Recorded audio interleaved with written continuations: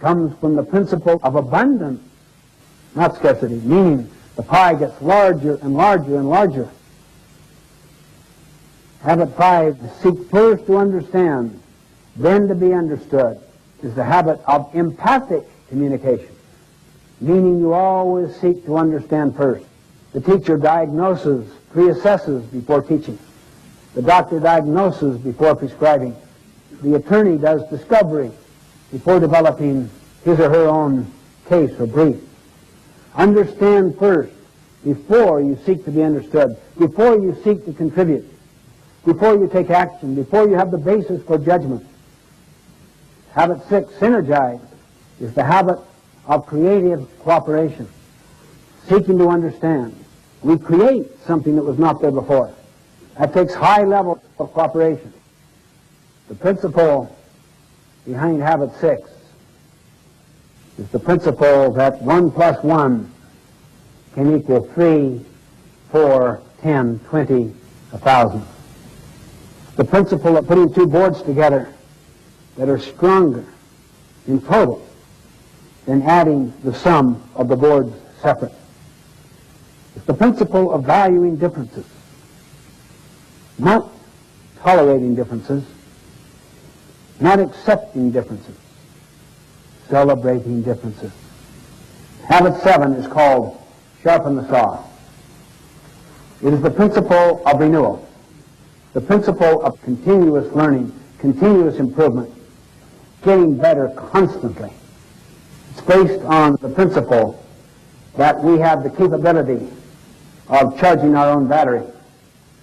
The opposite of habit 7, sharpen the saw, is to just let the blade get dull, to let the mind atrophy, to let the body lose its tone and its vitality through junk food and no exercise and trying to live a life of hedonism, pleasure-seeking, rather than one of contribution and service. It renews each of the other 6 habits.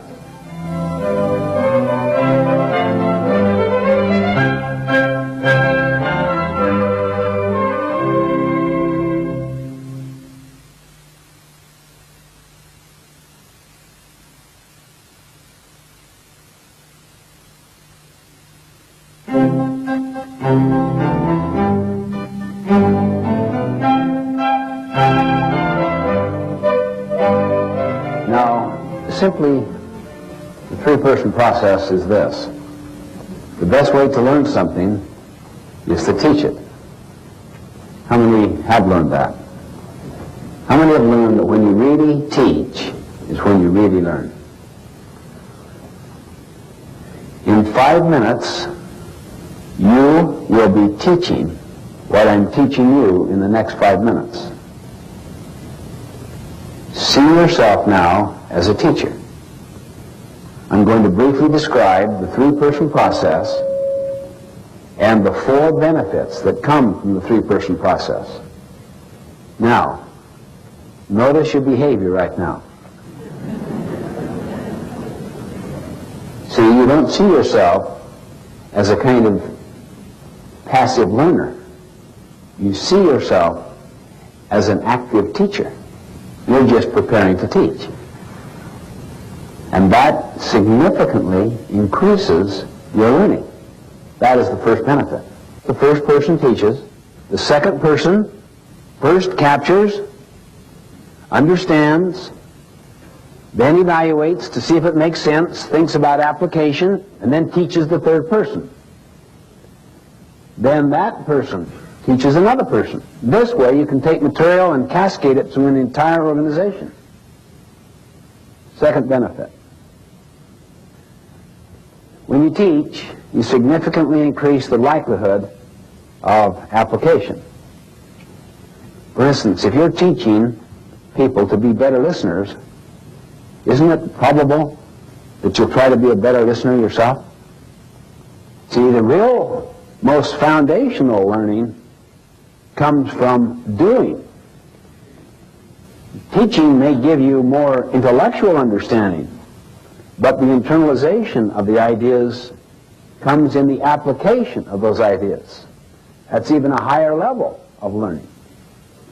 Third benefit. When you teach, you significantly improve communication. Notice the three-person process there. Why do you think communication would be significantly improved? Notice the first person teaches. And what does the second person do?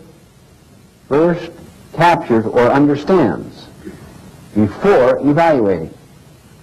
What is the number one obstacle in the field of communication? People do not listen. They do not capture accurately. They evaluate while they're listening. But if people are trained to capture accurately, completely, before they judge, you can listen for purpose, main points, how each point is proven or validated, how each point is illustrated or applied, and value. The fourth benefit. When these things happen I'm talking about, it is very bonding to the relationship. The relationship gets steeper and stronger. Why? There's so much authenticity. There's so much sincerity. There is so much empathy and creativity being manifested in the communication processes. When you do this with your children, you will learn better. The next time you send somebody to a convention, to some training activity, to some association meeting, before they go, what do you say to them? When you return, you will have the privilege of distilling the essence of what you learned to the assembled staff for half an hour.